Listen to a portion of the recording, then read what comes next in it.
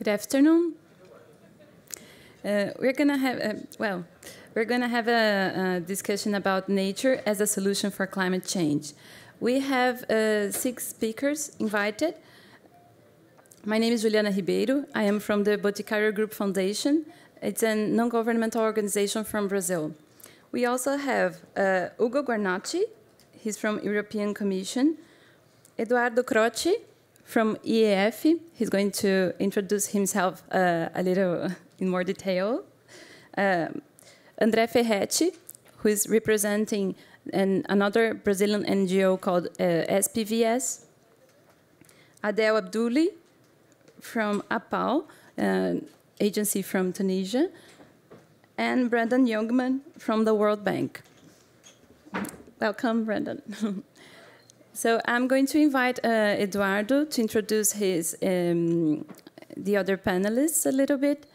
Please, Edoardo.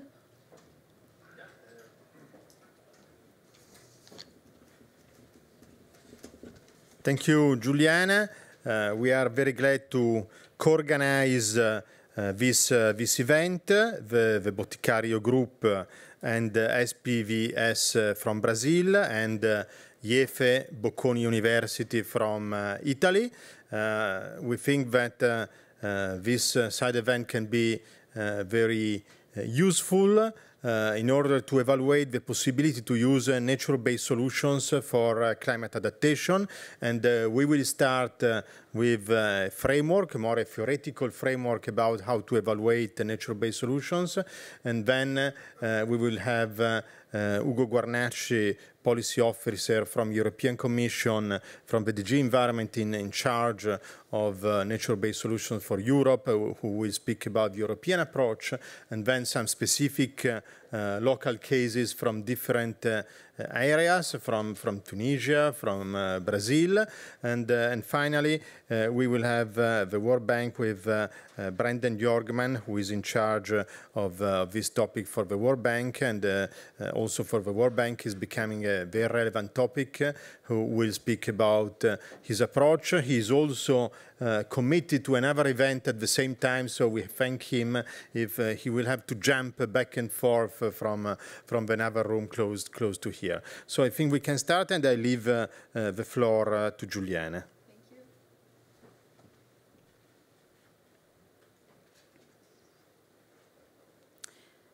Well, so can nature be a solution for climate change adaptation? We really believe that, and we are going to bring you the concept of ecosystem-based adaptation and some case studies. The Boticário Group Foundation is an NGO from Brazil. We are maintained by a private company, a very important cosmetics company in Brazil, and our mission is to perform and promote nature conservation actions. We are almost 27 years old. We already have, we also have 2 nature preserves, nature private protected areas, one in Cerrado, the Cerrado biome, and the other one in the Atlantic rainforest.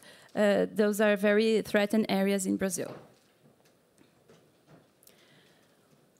Brazil is a very huge country, so climate change is going to have a different impact in every region. So, for example, as you can see here, if I can... I think the pointer doesn't work there, but well, the Atlantic rainforest, for example, which one is the green in the well, the Atlantic rainforest, as you can see, is going to have the climate scenarios are of around 5 to 35% of an increase in the rain patterns. Though in the northeast part of the same biome, we're going to have a decrease of around 10 to 35% in the rainfall pattern. So it's a real challenge for the government to deal with such different impacts in the same country. We're going to have impacts on urban areas, water resources, and our electricity comes mostly from hydropower plants, which is a very big problem for us if we have water scarcity. Impact on the production of food, not only food for Brazilian people, but lots of other countries depend on Brazilian food production. So it's going to have an impact in other countries as well, and also in the risk of species extinction. And this, I would like to tell you the story of this bird. It is a scientific research that is supported by the Boticário Group Foundation. And during the period of 1 year, the researcher has studied this bird, and it's an endemic bird, which means that he only lives in one small area. And he didn't find any offspring. What it means, none of these eggs survived during the period of an entire year. So if we are not monitoring that, we are only going to realize that this bird is not surviving to climate change when it's too late. When all the adults may have died, then we are going to realize that we lost another species for climate change. So biodiversity is very threatened by climate change, but it's also part of the solution for mitigation and adaptation. The ecosystem-based adaptation is the use of ecosystem services to help people to adapt to climate change. It's very people-centered. It's a very oriented for people. The ecosystems are just an additional benefit in this kind of strategy.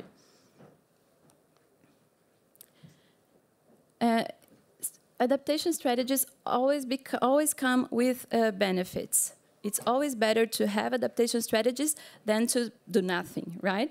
But EBA strategies have additional benefits, such as biodiversity conservation, carbon sequestration, food and water safety, as a few examples.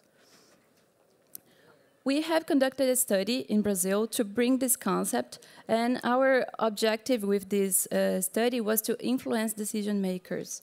And we were very glad to influence the National Adaptation Plan, which was launched by the government last year, and it brings EBA as one of its principles. So now, next step, we have to bring EBA to local governments. So how to put it on the ground, from the concept to the ground. A good strategy for EBA is the implementation of linear parks. Linear parks are parks on the river banks. In Brazil, it's forbidden to occupy river banks. It's a law.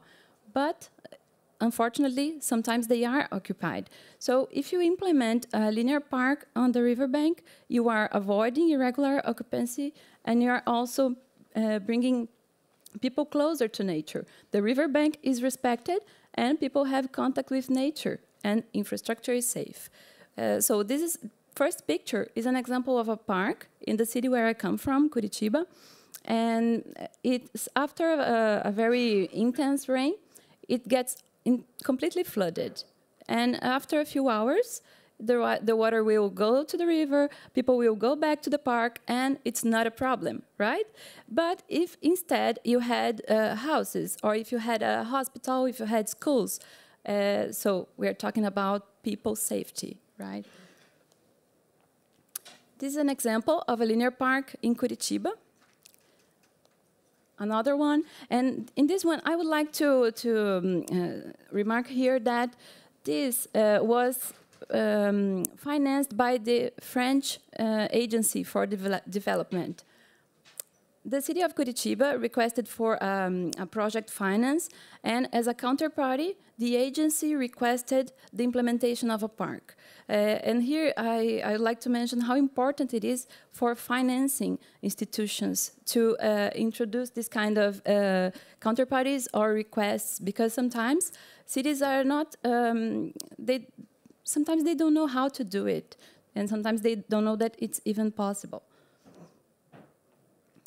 This is another study that we have conducted, the evaluation of return on investments. This is the same park, Barigui, which has around 9 million visitors per year. And this study was conducted in partnership with the local government. So we have the real numbers, and for each dollar invested, we have almost $4 in return on investment for just one protected area in one city. So yeah, it's good also for business. We are also conducting a study with WRI and other partners, institutions from other countries. We are conducting this study of opportunities and challenges of using green infrastructure. And we already know that we still have only preliminary results. These results are going to be launched at the World Water Forum next year in March. It's going to be held in Brazil. But we know that the return on investment is on par with the São Paulo State Water Company's historic ROI. So what we know is that if they restore the minimum area, which is 4,000 hectares, they're going to have a return on investment, well, very important. Another initiative that we have is payment for ecosystem services. You know, on the last picture, it's a small city called São Bento do Sul in Brazil. It's a small part of Germany in Brazil. It's a very beautiful city. And what we have a partnership with local government and the water company. It's a very successful project. We give technical support, and we also help them with regulation.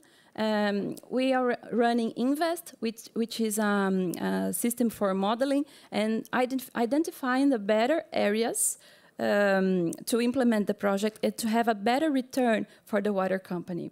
And the water company pays for the ecosystem service, and the landowners are very proud to be part of the solution. This is a very interesting project.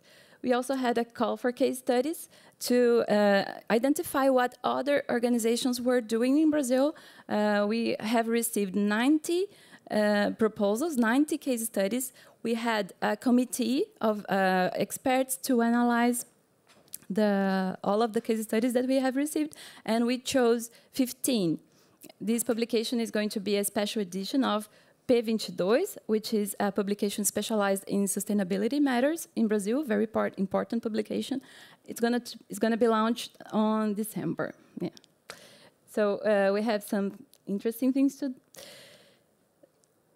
Another important thing is that we requested these initiatives to also contribute to National Adaptation Plan, the objectives of the National Adaptation Plan, and the Sustainable Development Goals. So we believe that local projects can also get results in a large scale. Well, thank you very much.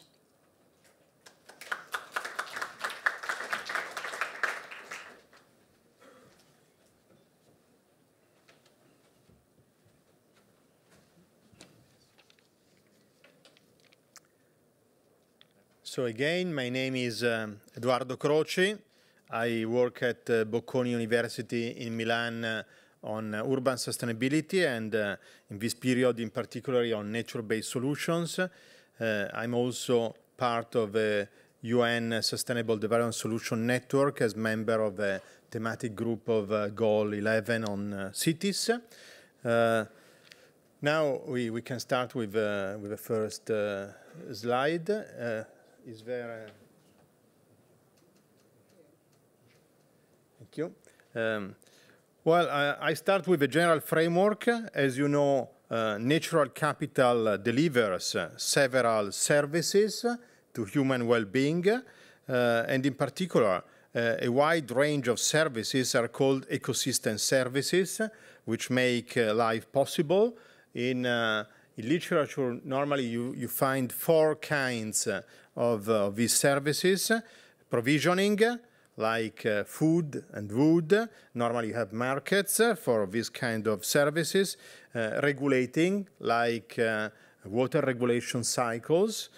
Cultural, think about the aesthetic value of nature. And supporting, where you have the basic services like soil formation services, which are relevant for a human being. And as you know, there are several kinds of these services. Some of them have a price on markets, some don't. Nature-based solutions use ecosystems and their services to provide and address societal challenges such as climate change, food security, and natural disasters. While through nature-based solutions, you can, first of all, manage natural resources, then you can restore them, and finally you can create new services, new ecosystem services.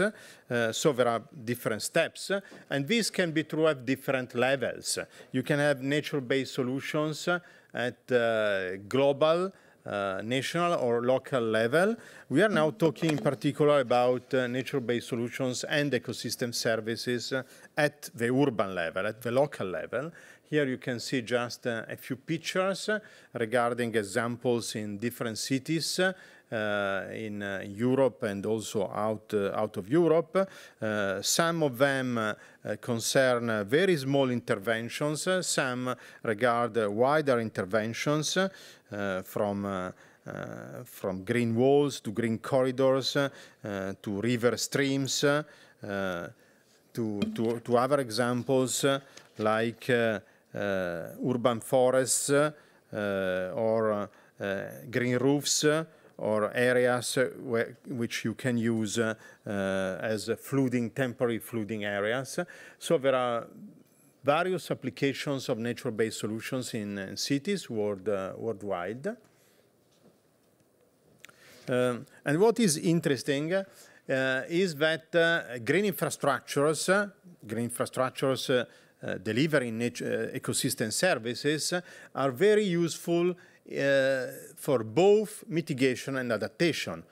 For mitigation, of course, you can think about carbon sinks, have instruments like REDS, and for adaptation, you can increase urban resilience through nature-based solutions.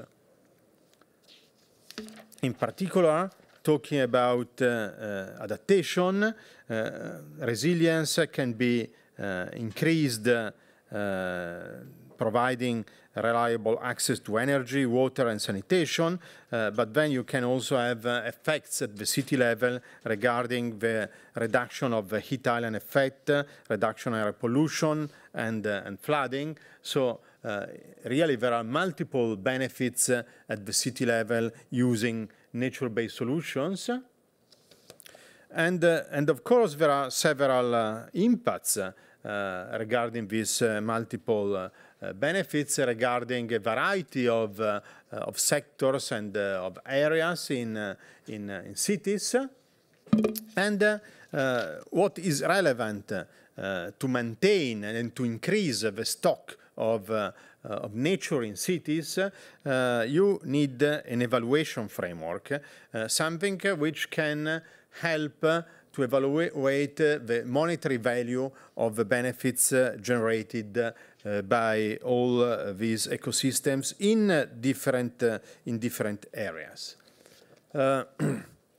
Normally you use a total economic value approach, which is a classical economic approach, where you consider both use values and non-use values, where use values can be evaluated either because of direct use, for example, food and wood, or through an option value related to the future use of these resources, or through indirect use of nature-based solutions, for example, delivering cultural or aesthetic values because you live near to a park, just to make an example. And then, of course, there are also non-use values, more difficult to evaluate and to associate to markets with prices, like philanthropic values or altruistic values, or even existent values. For all these kind of values, economists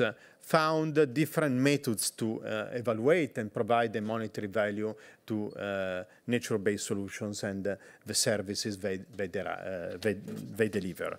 Here there are some examples of economic literature where it was possible to associate some monetary values to services generated by nature-based solutions in different areas, and it is also a growing literature where you can use in some cases benefit transfers methods where, knowing the literature, you can try to evaluate specific services in specific urban contexts.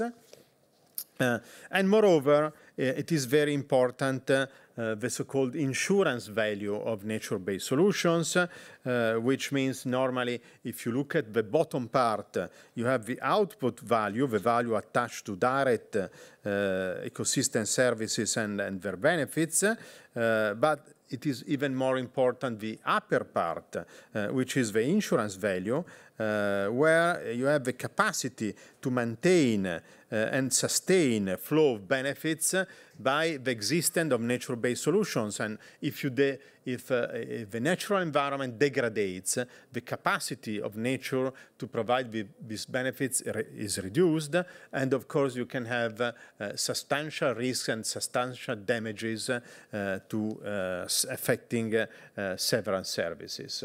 As it was mentioned before, having an evaluation framework, you can also define policy instruments for natural capital protection, and in particular, if you use an economic approach, you can use very effectively economic instruments to protect natural capital, for example, through taxes and charges related to the use of natural resources, tariffs and fees on services generated by natural resources, payment for ecosystem services, and environmental compensations.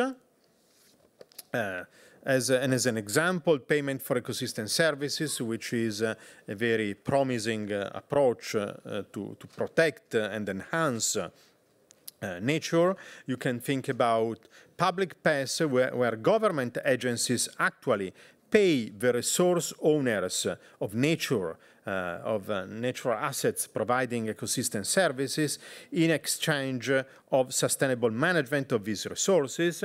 You can have formal markets either on a completely voluntary basis or formal markets which in some cases are artificial markets, like carbon markets, artificial markets, and you trade carbon units. Well, you can also create artificial markets for nature, where you trade units of ecosystem services with a value associated to these services. And of course, through regulation, you can impose the benefit, the actors who benefit of these services to pay a price to the actors who provide and maintain these services. And finally, you can have private deals where spontaneously offer and demand of ecosystem services match through expressing a market price. Just to conclude, very, very quickly, one of the projects we are involved now on these aspects is Urban GreenUP. Urban GreenUP is an Horizon 2020 project. Horizon is the main research program of the European Union, and through this project, which is a 5 years long project, we will implement and evaluate nature-based solutions in 3 front-runner European cities, Liverpool, Valladolid, and Izmir, and then transfer these solutions also to other cities in Europe and in China. We will consider several actions regarding nature-based solutions in 4 domains: renaturing urbanization, water interventions, single green infrastructures, and non-technical interventions. Overall, there are several specific examples, and our attempt will be in some way to standardize this kind of approaches, to define some business models in order to define define some standard business models which can be also transferred at some conditions, of course, because they also depend on specific contexts. So this urban GreenUP project already started, and we are also defining some key performance indicators to evaluate nature-based solutions in cities, of course, looking at already existing methodologies of assessment, but also trying to improve these methodologies in order to contribute to the standardization of these approaches. Thank you. And now we leave the floor to... Oh, I'd like to invite Ugo. Ugo is from the European Commission. Is this one right? Just fine. Can we add the slides, please? Yeah. Good afternoon, everyone. I'm Guarnacci from the European Commission. I'm a policy officer working actually in the Director General of Research and Innovation. So today I'm actually explaining to you why at the European level we are promoting actions on nature-based solutions from a research and innovation perspective. Why nature-based solution is linked with research and innovation, and that is the first point of this helicopter overview that I'm going to deliver. The second part is how nature-based solution has been promoting throughout the European Union approach at the international level by having a focus on the main new urban agenda for cities at the global level, and then zooming up at the policy context at the EU level, and in particular focusing upon Horizon 2020, which, as has been said by Professor Croci, is the biggest program that we have in Europe at the moment funding research and innovation. So we have a shift in our action at the EU level from what we saw from research and innovation on nature from the past years. Since 2014, we were not actually talking anymore about just biodiversity protection. We were saying that actually innovation is not an oxymoron with nature. You can still innovate and you can still actually promote innovation actions by still not only protecting biodiversity, but also using the ecosystem service that nature provides. And therefore, we evolved our language and we said that we are not just talking about green infrastructure. Of course, green infrastructure remains a key priority for the EU. We had an EU strategy on green infrastructure because green infrastructure is linked to the network of protected area and the Natura 2000. So that is for sure a big pillar of what we do. But when you talk about innovation, nature-based solution is for us the forward-looking approach. We want actually to bring more nature feature in cities, because cities are not only the place where there is an a natural capital depletion, but it's also the new hotspots for biodiversity. So how can we ensure bringing more nature into urban landscapes while ensuring that we actually make the link between the social, the economic and environmental components of sustainability?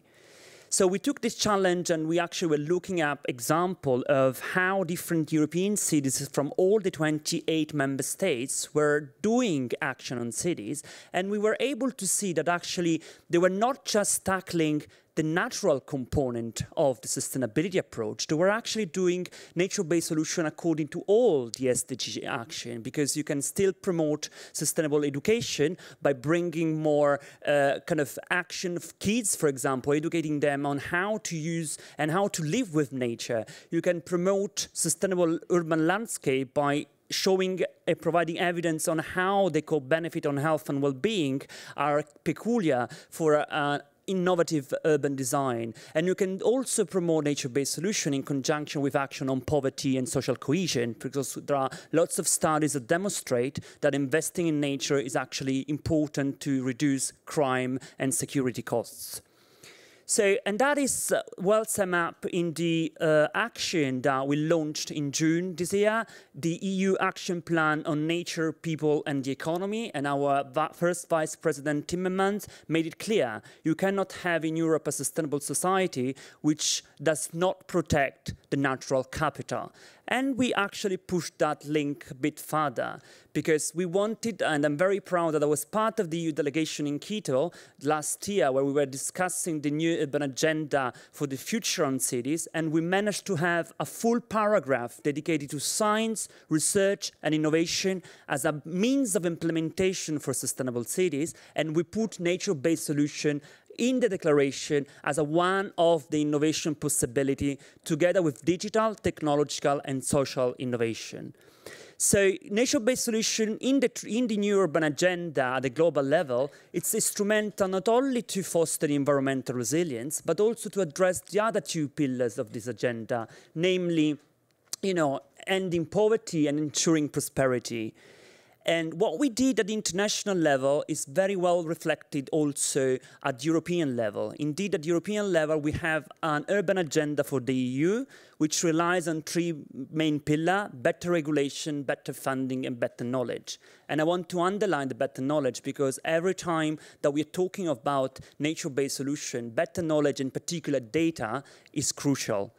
So if you look at the urban agenda for the EU, we'll find 12 priorities that we defined with a large variety of stakeholders and, of course, cities. And you see that we have an action on nature-based solution and sustainable land management. But that is, of course, not in isolation. We cannot do an action on MBS and land management without considering climate adaptation, or without considering energy transition, or without considering the other social priority like poverty and social cohesion or housing.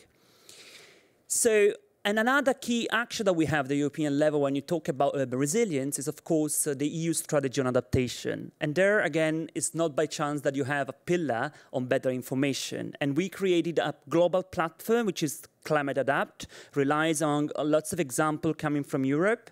And we are also very proud that we create Convent of Mayor for Energy and Climate, and which went global since 1st of January this year. And that is also a very powerful example to show how cities across Europe and across the globe are actually speeding up this uptake on nature-based solution to face urban challenges. We are also making a link when you talk about nature with culture, and that was thanks also to the effort joined by the Italian presidency of the EU with the Charter of Rome on linking natural and cultural capital.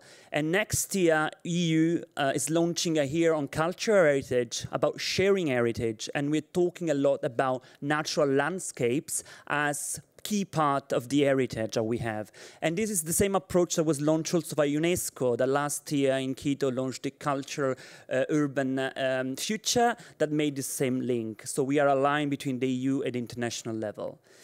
We have a big program, as was mentioned before, which is Horizon 2020. It's 80 billion euro in actually 7 years, from 2014 to 2020. And some of the action that has been already mentioned today are funded by the EU on nature-based solution. And we also have a key award, the European Capital of Innovation. And we have 3 Capital of Innovation. One was Barcelona, the second was last year Amsterdam, and now we have Paris this year. It's been just announced a few weeks ago. So through this award, we want to create a city ecosystem where nature-based solutions are embedded with other kind of solutions. In a city, you barely can just focus on the environment component only. You have to integrate nature-based solutions in the city fabric in order to make a strategic urban design that makes sense not only for the environmental component, but also for the other 2 pillars, the economic and the social one. So we are indeed creating a community of practice. This is some listed area that we have been working on governance for an MBS in cities, some of the demonstration projects where cities are cooperating together with research and private sector, and also on heritage-led urban regeneration. So if you look at the partners that are actually twinning on working together on MBS, you see that there is Europe well covered, but we are also spanning across the globe with actions in Colombia, in Cambodia, in Japan, in China. And why are we doing so? Because our strategy is to actually speed up the language on MBS and the practice on it. If you think that, Professor Croci quoted the report that we launched in 2015 on nature-based solution, we have a increased amount of publication on that. Ecosystem-based disaster risk reduction is quoted in the Sendai framework. We have nature-based solution in Habitat Tree Declaration. It's really uptaking. And that's also thanks to our close collaboration with the Belmont Forum, which is the umbrella organization of key funding agency across the globe. You have NSF, US, and you have the key funding agency in Japan, India, Qatar, just to mention a few of them. We have an EU-China partnership on sustainable urbanization, where we are putting together an action on MBS. We have the EU CELAC Task Force on Sustainable Urbanization, and within the CELAC region, we have a specific EU-Brazil sector dialogue on nature-based solution for renaturing cities. And I think here I would like to spend 2 words on the fact that the EU-Brazil sector dialogue is peculiar because we're actually doing it learning from each other. I mean, Curitiba was mentioned before as a key example on renaturing cities. So also European city needs to learn from Curitiba, another city in Brazil, to scale up the process on major urban challenges. And I want to conclude with the last 2 slides about what are we going to fund in the new years. So we have just published the new calls for Horizon 2020, and in particular I'm going to focus on the Social Challenge 5, is the social challenge where I work, on climate, environment, resource efficiencies, and raw material.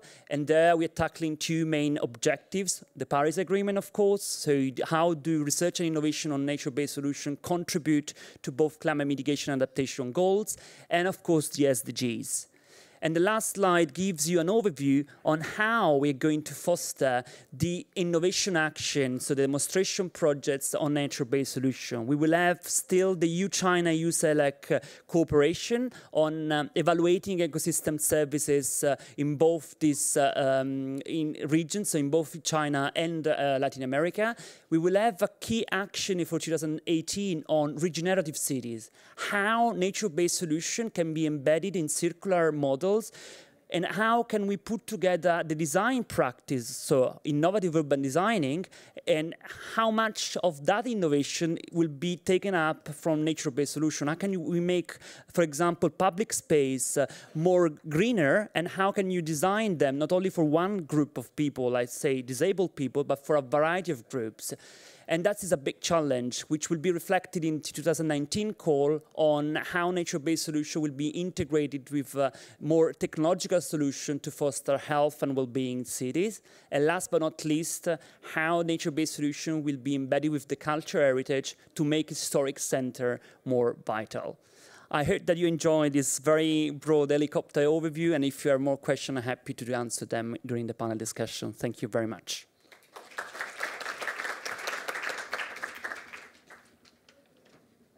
Thank you. Now I would like to invite André Ferretti.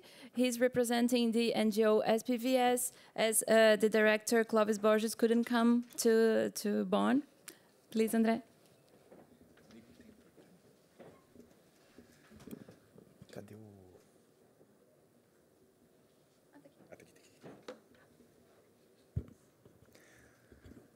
Good afternoon.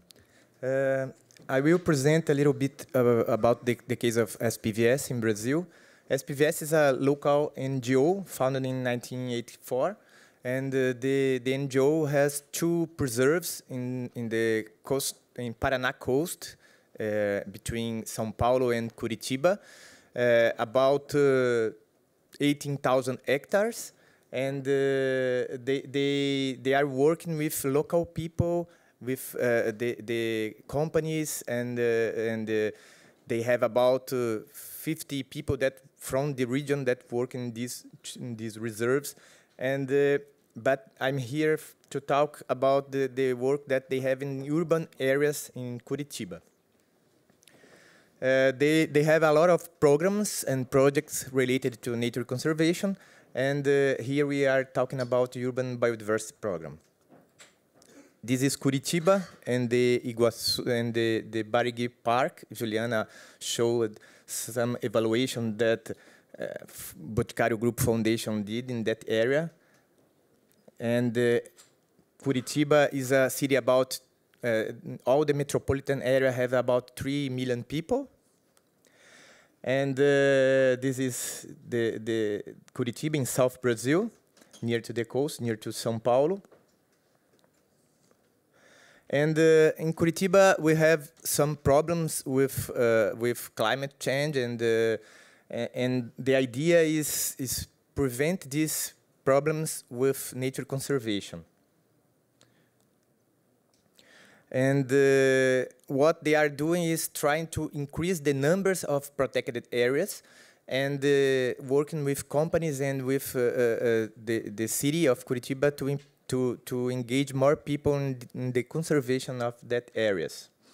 The idea is try to start a program of payment for ecosystem services, and they are trying to create a program in all the metropolitan area to involve other municipalities. I think they have about 20 cities that together compose this metropolitan area. So they are working with more than 1,300 properties, and the idea is talk with these owners to try to create these protected areas. And they are doing assessments in a lot of areas to create protected areas, and to decide which are the better areas to protect. And till now, 18 protected areas were created by the landowners, the local landowners. And they are working with teachers of the elementary school, doing the environmental education, talking about climate change, about resilience, and and how the conservation of the ecosystem can help the city to fight against the climate change.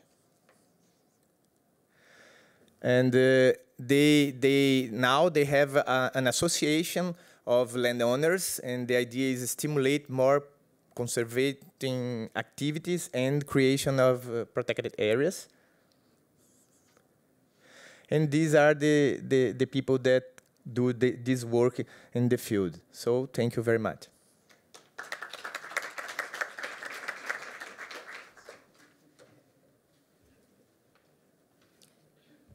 Thank you, André. Now I would like to invite Mr. Adel Abdouli. He's from the Tunisian Coastal Agency Protection.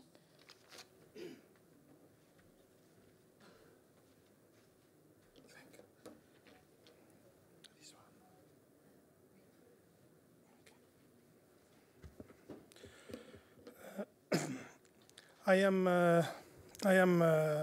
glad to meet you, and I want to thank Ms. Juliana for this opportunity to present nature-based solution of Tunisia. So I begin by presenting our approach. The title is Information System for Decision Aid. It's a new approach and new technologies for the implementation of nature-based solution.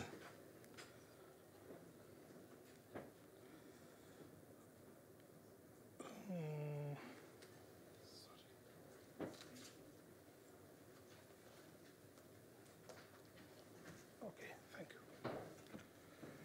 So, first, I present quickly our agency.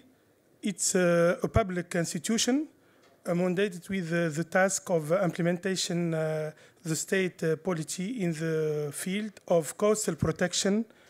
Its main areas of concern area, the management of coastal areas and monitoring of management operation and ensuring their regularity compliance. The second point is the presentation of the maritime public domain. The third is the development of studies related to coastal protection. And finally, the main goal is the observation and the monitoring of the evolution of coastal ecosystems through the establishment and operation of specialized information system. So, the Coastal Observatory is an entity set up within APAL with its own resource for the coastline monitoring. The principle and the main goal is the establishment of the SIAD. The SIAD is a dynamic information system in charge of the measurement, collection, storage, management, processing, analysis, interpretation, and dissemination of weather oceanographic information and physicochemical with a view to facilitate decision-making regarding monitoring, warning, coastal planning, and resilience to climate change effects. So I give you an idea about different kind of Tunisian coast vulnerability.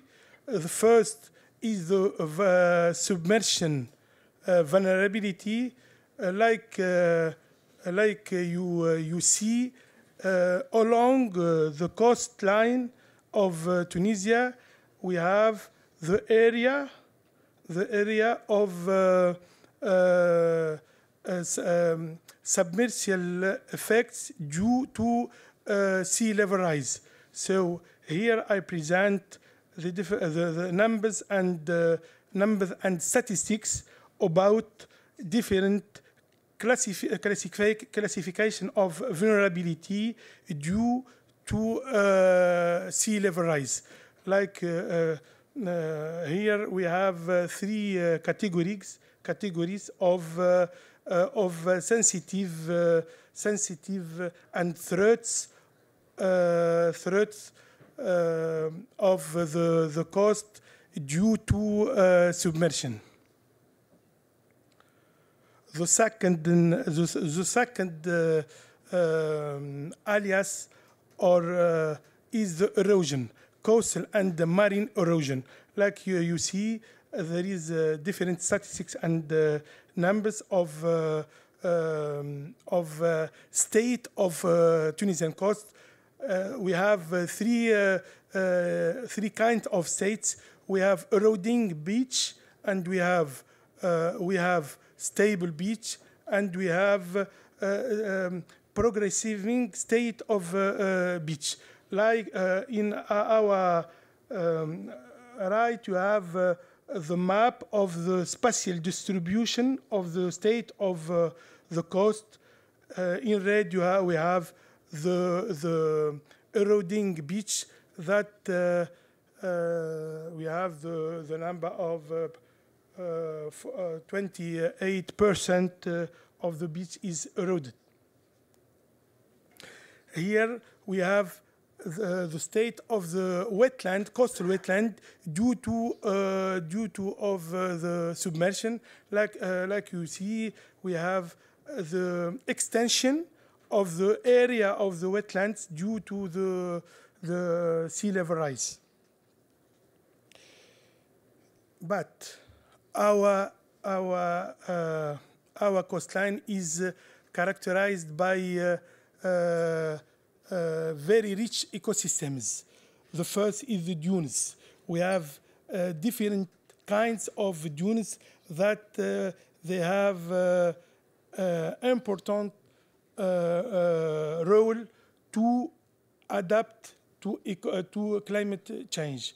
So here we have the different types, kinds of dune space. So also in Tunisia, we have to anticipate the effect of climate change. We have existing and actual tools, and we have innovative tools. About existing tools, we have CATU in French word. It means Town Planning and Territory Development Code, that defining and regulating uses and planning in the maritime public domain and the easement areas. To regular and measure to reduce the risks related to climate change, like erosion, submersion, and flooding. About innovative tools, we have the National Integrated Coastal Zone Management Strategy. So, like you know, it's taking into account climate change and action plan for integrated coastal management. The second is the SDAS. It means Management Plan for Sensitive Areas of Jerba Island and the Ghar al-Milh sites. It's two sensitive sites to climate change. About marine and coastal protected areas, we have a program to protect and to construct of 12 marine and coastal protected areas. It's to promote the resilience of ecosystems to the effects of climate change. So here we have the different action for the protection and for preserve these areas, these sensitive areas. We have seven areas to protect. So about Ramsar sites and about coastal wetlands, we have also a program to protect these areas from climate change effects, from flooding, from erosion, from submerging, and from human pressure also. So now I show you the soft and natural-based solution to address erosion. So what experience in Tunisia? Many projects are already carried out in Tunisia to put in place solution based on nature.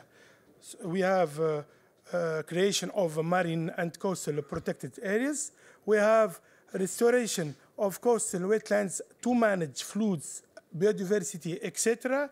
We have preservation of the dunes on the coast, like ganivels. So this soft solution to the goals of this soft solution to limit risks and threats of flooding and of erosion. So the first example of this solution is ganivels. This ganivels is a tool for rehabilitation and the reconstruction of the dunes and the regeneration of the specific flora and therefore the restoration of the natural habitats. So we have the map of the spatial distribution of different ganivels and the sites with the areas and with the length and with the years. So here an example of this restoration of the dunes by ganivels. So we are different dates. We have the first on your left is when we are when implementation of the ganivels, and after 2 years you have the results of these ganivels. So you have okay. So here we have different kinds of solution. So we have the artificial cords of dunes. We have the branch applied to sandy surfaces. We have ganivels, and we have even an agriculture on the lagoon. Here we have solution based on mixing between sands and dice Posidonies. So here we have the dead Posidonia branches that it is very important to protect coast and beach from erosion. And here we have geotube else to protect and to reconstruct the dunes. So we have the principal instrument is the SIAD, is a system based on instrumentation for a fine and real-time monitoring. This SIAD is based of implementation of instrument along the coast. This instrument is based of buoys and tide gauge and mobile buoys to measure parameters like oceanographic parameters, like physical, chemical parameters, and other parameters. And thank you very much.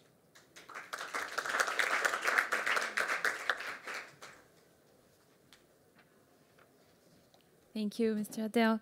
Now I'd like to invite Mr. Brandon Youngman from the World Bank, please.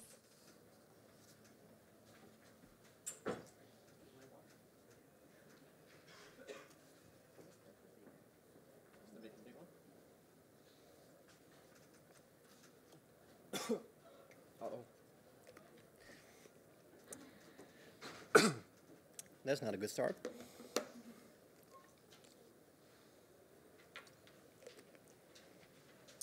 So good afternoon, everyone. Is this one working? Yeah.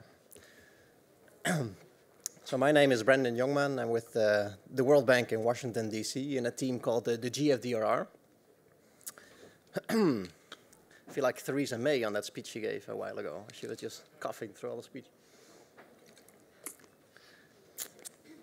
So as most of you know, the World Bank is a development organization. We're based in Washington, D.C. And our goal is to fight poverty and increase shared prosperity. So we work with developing countries, poor countries, and use money that we have from our member countries, which are the high-income countries, to fight poverty in all kind of ways that we can. So we have education teams, healthcare teams, environmental teams. And one of the things we care about is disaster risk management. Now, why do we care about disaster risk management? Well, we know that poverty and disasters are highly interrelated. So we know that the poor in developing countries are more exposed to flooding and to natural disasters, and they're also more vulnerable. So whenever a shock hits in Europe, then people are less affected to that by their income, by their welfare, by their life, than in a place like Zimbabwe, for example. And we also know that without adaptation to climate change, we expect that 100 million people extra will fall into poverty when they're not below the poverty limit now. Due to the shocks, the droughts, food production, and floods, they will fall below poverty. And on the contrary, if we, for some magical reason, could snap our fingers right now and we could eliminate all disasters, we estimate that 26 million people would immediately be much better off and be above the poverty level that they're now below. So we have all kinds of programs to fight these risks, to help governments invest in measures on a river basin level, on a coastal level, on an urban level. We currently have a portfolio of about 45 billion related to disaster risk management. So these are projects with a disaster risk management component. Often they're projects that are wider, so they can have water and sanitation, environmental aspects, but they have a disaster management component. And of those projects, we see that about 2.9 billion of projects have a nature-based component. So that can be that we have a large flood management program, for example, that I'm working on now in Madagascar, where we do urban upgrading, poverty alleviation, and we also have a program on nature-based solutions in the urban setting. Now, what we want to do is look at our portfolio, see what we're doing in nature-based solutions now, and think, should we not be doing it much more? Should we be doing it less? Should we be doing it in a different way? We know that nature-based solutions can be very effective. For my home country in the Netherlands, we have numerous nature-based solutions around the coast and in the river systems, like this beautiful sand engine. And in our own portfolio, we see projects like the one here in Beira in Mozambique, where Actually, 2 doors down, we have another event going on at the right at the same time. Don't walk out now, but we have the mayor of the city in Mozambique who is presenting about the project that we have where we create the largest park in Africa along this river basin in Beira to fight flooding. And we have, within the bank portfolio, when we look at our portfolio, we have in Colombo, Sri Lanka, big urban nature-based solution project in Beira, Mozambique. Philippines, we have a large project on mangroves. And I just came from the Seychelles, where we do a project on coral reef management, actually. So we try to see how we can invest in coral reefs for coastal protection.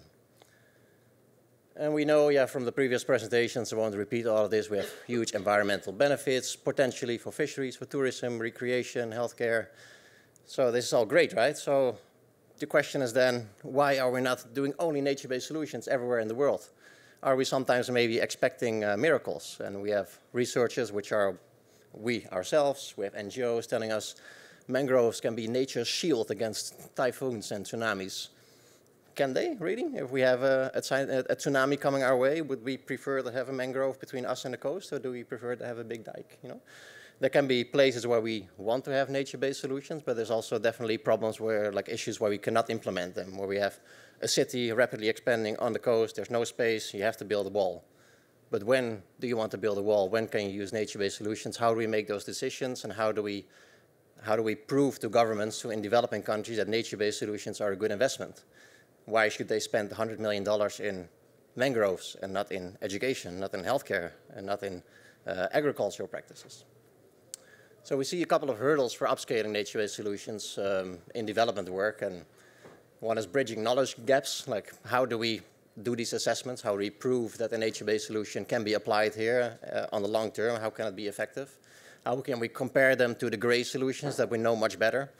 If we do a drainage project in a city, we can exactly model like how does the water flow, what is the effect for this drainage project on the flood risk? Can we do the same for nature-based solutions? So to tackle this, we have an ongoing program now in the World Bank with a couple of activities. One thing we did is we wrote a guidance document together with many partners that you see the logos on the bottom. So we had some international workshops and discussions. And we wrote a guidance document specifically for flood management. And this guidance document, I'll show you some. We have 5 key principles and then project-based implementation steps of how do you evaluate nature-based solutions. We launched an online platform that I'll show you, and we also work on pilot projects and mainstreaming within the World Bank itself to make sure that our project leaders are better equipped to actually evaluate nature-based solutions. So from this guidance document, we have these 5 key principles. One is, the first thing that we then need to do is to look at this in a system scale perspective. So we know we all have our case studies that somehow evolve based on a demand we have, a contact we have with a mayor or a province or a country. And often we get stuck in looking at this case study itself, but we need to, every problem we have, we need to look at a system-wide analysis of the local environmental, socioeconomic, but also the institutional conditions, and to see what are the institutional conditions like, and does this enable nature-based solutions. The second thing we want to argue within all the projects that we do is that we need to do a risk and benefit assessment for the full range of solutions. So in the past, we used to be stuck in only evaluating engineering solutions because we didn't know anything about nature-based solutions. And now we see many projects where the focus is on nature-based solutions, but so the only thing we evaluate is nature-based solutions. And we argue that we need to, in every problem, look at the wide range in a consistent way of green, gray, and hybrid solutions, quantify them, and make those trade-offs. The third is that we need standardized performance evaluation. So nature-based solutions need to be tested, evaluated, and designed using the same type of measures that we ask from engineering measures. So if we build a dike along a river, we expect this dike to be tested. What return period does it control? What is the level of safety? And we need to move to a system, and we're working on it with the US Army Corps of Engineers, where we can do the same for nature-based solutions. And we bring them out of the conservation angle and into the engineering angle. Number 4 is the integration with conservation and the restoration. We see too many projects where someone wants to plant mangroves and they just go in an area where there's no mangroves at all, or there's a different type of mangrove, and they start planting because the donors like it. If you plant 1,000 trees, the donors see the pictures, it's great. And this picture, for example, shows that the high trees you see are the natural mangroves, and the much lower trees are the planted mangroves, because they planted the wrong type of species in the wrong place, and they could have better protected the existing ecosystem rather than plant something. The 5, very important and very difficult for us as well, is adaptive management. So with an engineered solution, it's much easier to build a structure, hand it over to the government, and then it's usually pretty sustainable for a while. With nature-based solutions, you cannot do that. You need to have a long-term monitoring plan, and when something changes after 10 years, you need to reevaluate, see how you want to change your plan, and you need to have funding available for a long time to actually do that over multiple decades. Now, apart from these main principles, which are elaborated more on in the guidance note, we also have more detailed step-by-step project guide for our teams. So basically it takes you through how you evaluate, how you start discussion with the government, with the stakeholders, how do you go to the hazard and risk assessment, cost-benefit analysis, look at financing, which financing is available, and also look at how do you structure this monitoring and evaluation guide. I'm not going through it now, but if you're interested, you can look up the document online. So in addition to this, we are launching a platform. It was supposed to be launched this week, but launching something within the World Bank system is very complicated. So it will be naturebasedsolutions.org, and basically what we have is a project inventory of about 100 projects now within the World Bank, but also many of our partners that cover nature-based solutions specifically for disaster risk management. And it includes information on what is the type of solution applied, what is the type of ecosystem, what are the costs of this project, what are the benefits, and it allows you to directly download all of that information for free to your computer and analyze it if you wish. And it will also host the guidance and will be linked to that guidance document that we have. It also has a section on submit your own project, so we like this to be a community effort where everyone can contribute and submit their own projects to the platform, which is always something that's very difficult to have actually a live website because we know there's many other websites out there, so we have to see how we manage this as a community.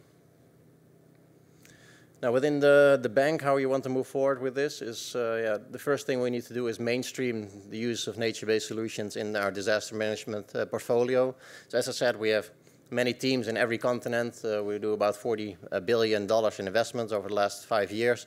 And the best way to include nature-based solutions in this is to train our own project managers. So our project leads, they talk to the governments, they talk to the ministers of finance, minister of environment, minister of infrastructure, and they need to know how do I ask for consultants to evaluate these options, and how do I communicate to the minister of finance that we potentially want to do an urban green park instead of a drainage project, for example. And they need to know, like, how do we get these studies, which economic analysis do we need to do to get that going on a larger scale than just individual pilots. So we have an internal trust fund and a team of experts that we established to help all those teams and to create communication material and to talk to the governments. Yeah, and then finally, I think we need to fill many knowledge gaps still. So if any scientists among you, then I'm a scientist myself as well, but I don't have time for science anymore.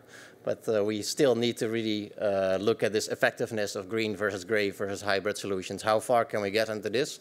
And how do we get these green solutions, what I said, out of the pure conservation angle into something we can really evaluate and we can test it and we can prove with cost-benefit analysis, how do we take a decision between green, gray, hybrid in a scale and actually use it for risk reduction. And then the other benefits, they're also good, and we also need to quantify them. Yeah, and then the final point on sustainable long-term maintenance and monitoring strategies. I think that's very important, and I don't think anyone has really figured it out yet. And we see many projects where the funding is for 4 years, do something, do a nice pilot, and then it stops. And we need to have a system where either we have funding from finance institutions like the World Bank, or we work with the governments directly in a way that these are sustainable over 10 or 20 years. So, thanks very much. If you have any questions, then let me know.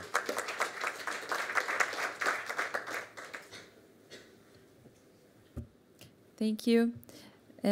Well, we have some time for questions and comments. I just would like to introduce Perrine and welcome.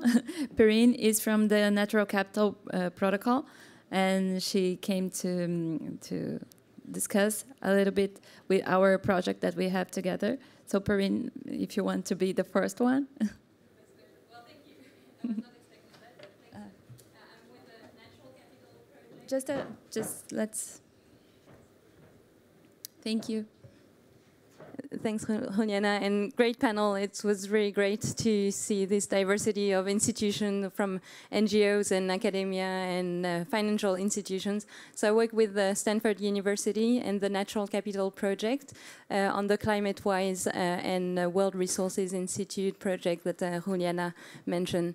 So I guess one of the questions that I had was, how do we actually accelerate this scaling up? I think most of you talked about this within your own projects, and I feel we've talked about this for a long time. So maybe Ugo, with all the projects you're funding at the European scale, how do you see this actually moving forward? I think that's a key question, and I would actually question the scaling up. I think we are obsessed about scaling up. I mean, we had a bulk of projects funded by the EU on transition to sustainable low-carbon society, and it was all about, and in Europe we have a school of thought on transition and acceleration, and they were actually questioning the scaling up. Sometimes you need also to rescale or to accelerate practice, and you don't go just up, you can also go horizontal. So this idea that everything needs to go vertical is sometimes very top-down. Or, there is a layer between the bottom and the higher up, and sometimes the scaling up is seen only vertical, and I think we need to work more on the horizontal dimension. And I give you the example of what's happening in different cities across Europe. You will see lots of different ways on how Eastern and particularly Western cities are implementing nature-based solutions. The context is completely different. The processes are very similar. So sometimes I think scaling up is focusing too much on the outcomes and less on the processes. But I think we, at least on our project now, we stress a lot the three core, the co-design, co-development, co-implementation, because we want to actually scale up, if anything, processes and not just outcomes. And I think lots of the problem that we had nowadays is about this projectification. We have projects everywhere, and we want always to scale up the results, actually, and that's why, and we come up with success stories. Success stories are just a well-presented dissemination strategy. It's not necessarily a scaling up strategy. I think lots of the scaling up or the acceleration process start with processes, and processes are, how do you implement new business model, how do you implement new governance structures, and how you fund new funding way of actually implementing different solutions at the intersection of the gray and the nature-based solutions. Can I add something? Can I also add something in agreement, and then once on something that I don't agree with? So in agreement, I think the same as you. I don't think we should suddenly make this from something small to something huge. It should be integrated into the decision-making process, is what we're arguing, that nature-based solutions should not be something that is different than engineering solutions and dikes. It should be a spectrum, and we should evaluate the entire spectrum. We should have a better framework for every project you do. You look at this entire spectrum, from we have all the engineering measures to all the ecosystem measures, and the optimization measures probably somewhere in between. And that's what we call for, that everyone at least thinks about all these options. But then about the good and the bad practices, or the good examples, I do think that we should do a better job in looking at the things that go right, and try to do those more, and also be very critical in looking at the things that go wrong and stop doing those. And for the things that go wrong, I think one example is mangrove planting, where we know that approximately 60 to 80% of the projects that do mangrove planting of new trees in new areas, they fail. That the mangroves are not there anymore after 5 years, and they don't have any actual risk reduction benefit. And I think because the way the donor structure works, especially in developing countries, I think bad practices keep being repeated. And if we're not very careful in establishing some conclusions of what works and what doesn't work in which context, I think we might get lost spending a lot of money on things that don't work. So I do wish we had some better guidance in there as well.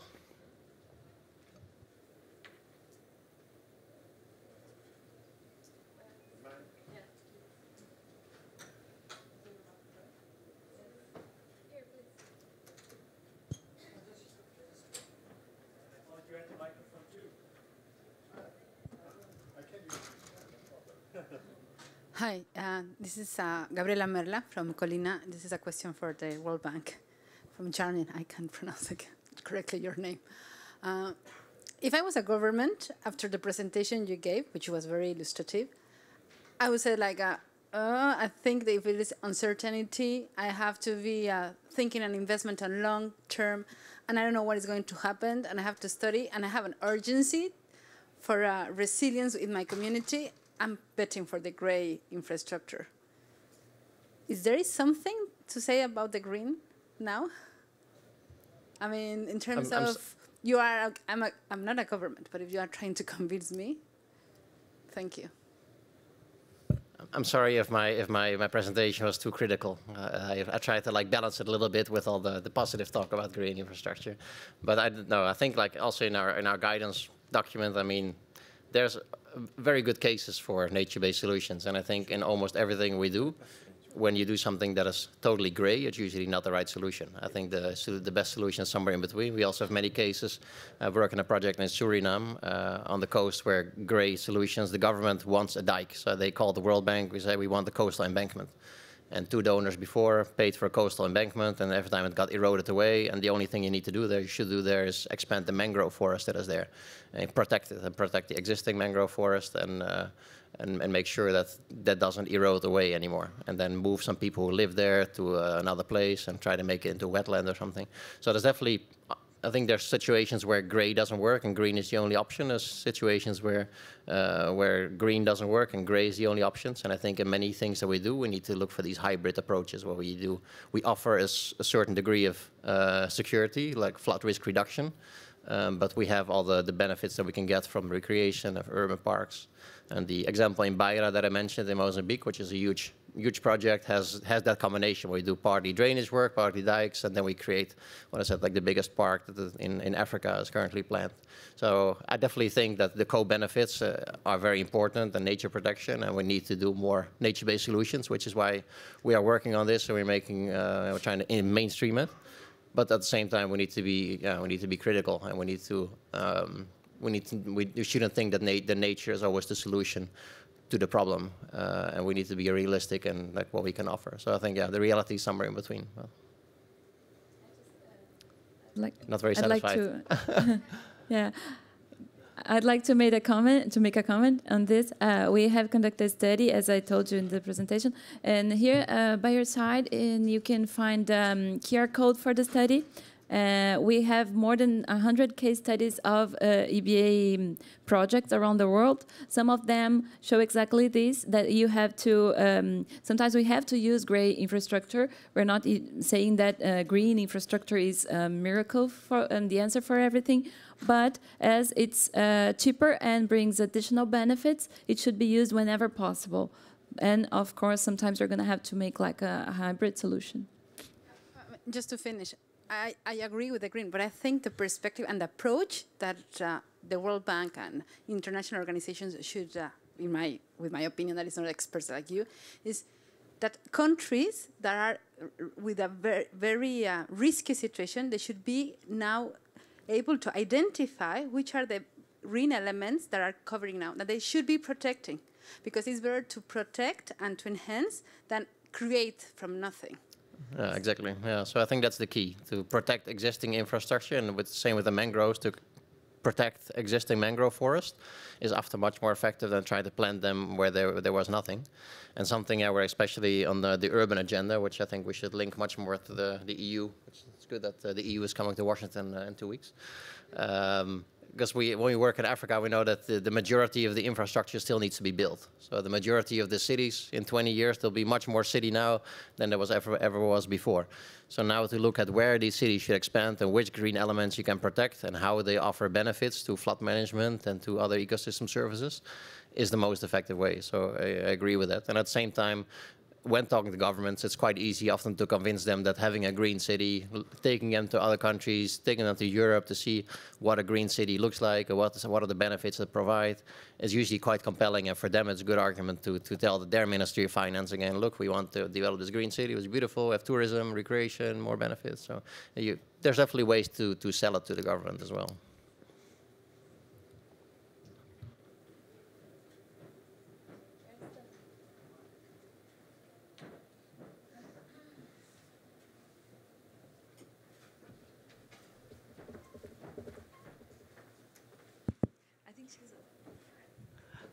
Hello.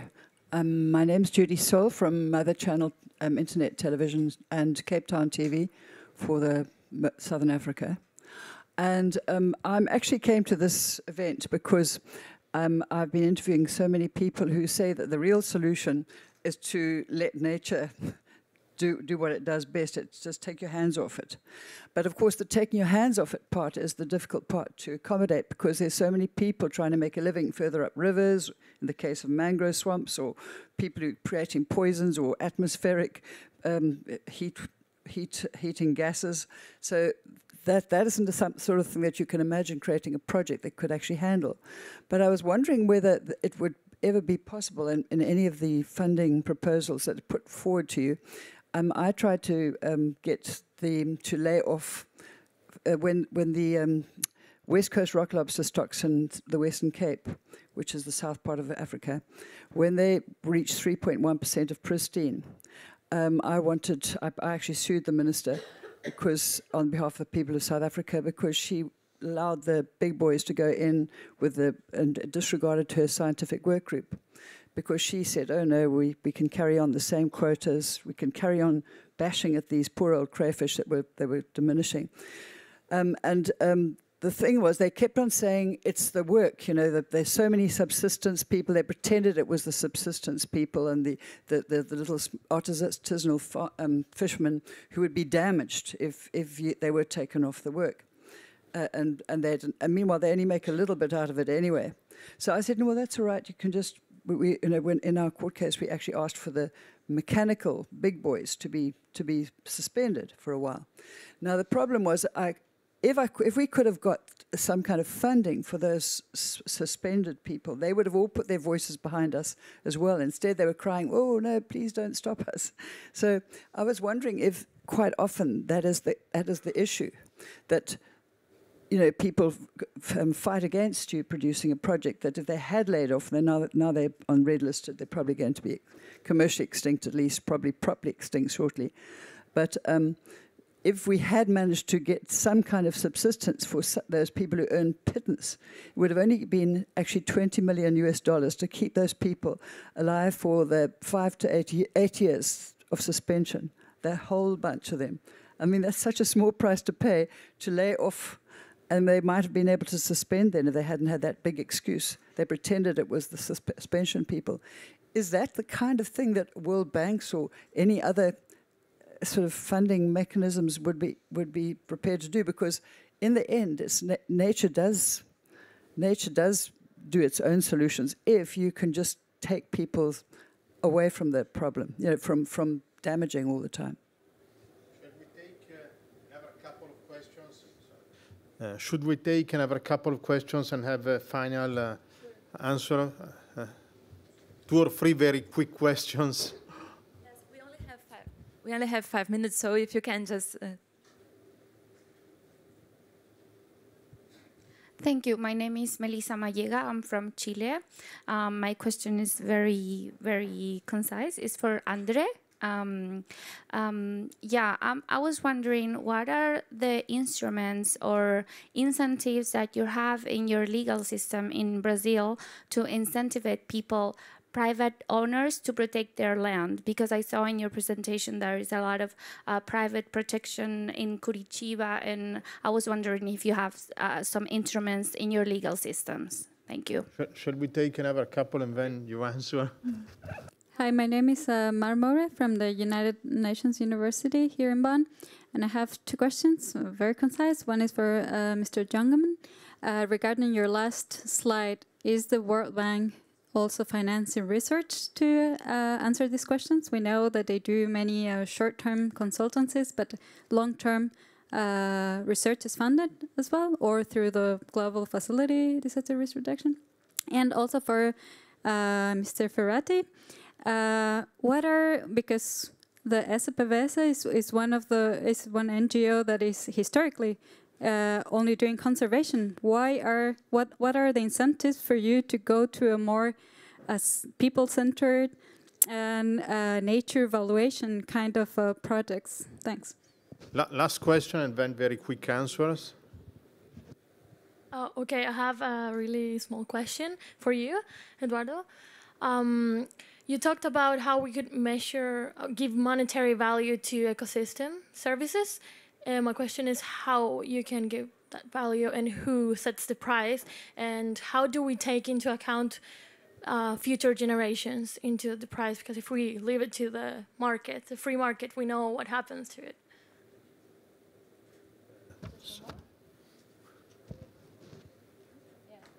So you want to start? So in Brazil, if you are a landowner, you can create a private reserve, and you never have to pay the taxes for the government, but it's perpetuous for all your life. If you sell the property, this new owner will receive this protected area too, and have to protect.